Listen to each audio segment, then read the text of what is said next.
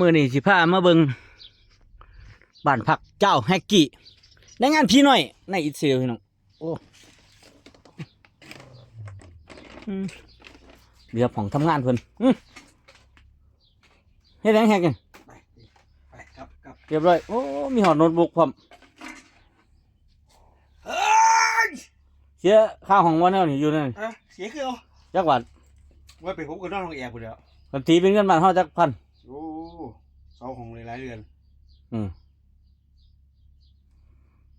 เดี๋ยวโอ้มีเบื่อกินพร้อม